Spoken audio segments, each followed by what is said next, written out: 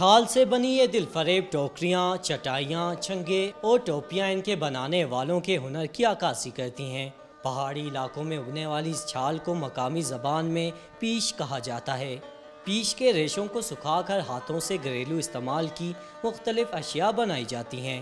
اس کو ہم لوگ گیلا کرتے ہیں، گیلا کر کے پھر اس کے بعد جو ہے ٹوکری بناتے ہیں، اس سے ٹوکری بنتا ہے، اس سے ہم لوگ مسالہ بناتے ہیں، اس سے چٹائی بناتے ہیں، اس طرح الگ چیز اس سے بنتا ہے۔ کم قیمت اور نفیس دکھنے والی ان ٹوکریوں میں بلوچستان کی روایات کی جھلک ملتی ہے۔ یہی وجہ ہے کہ ان اشیاء کو گھروں میں تزئین و آرائش کے لیے بھی استعمال کیا جاتا ہے۔ بہت اچھی ٹوکریاں ہیں، دکھنے میں چھوٹی ہیں لیکن ہے پیاری۔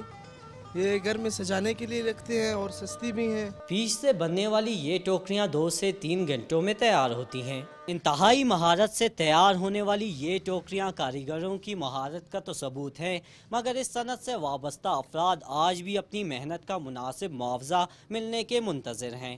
کیمرامین عبدالوحید کے ساتھ عاصم خان، ڈون نیوز، کوئٹہ۔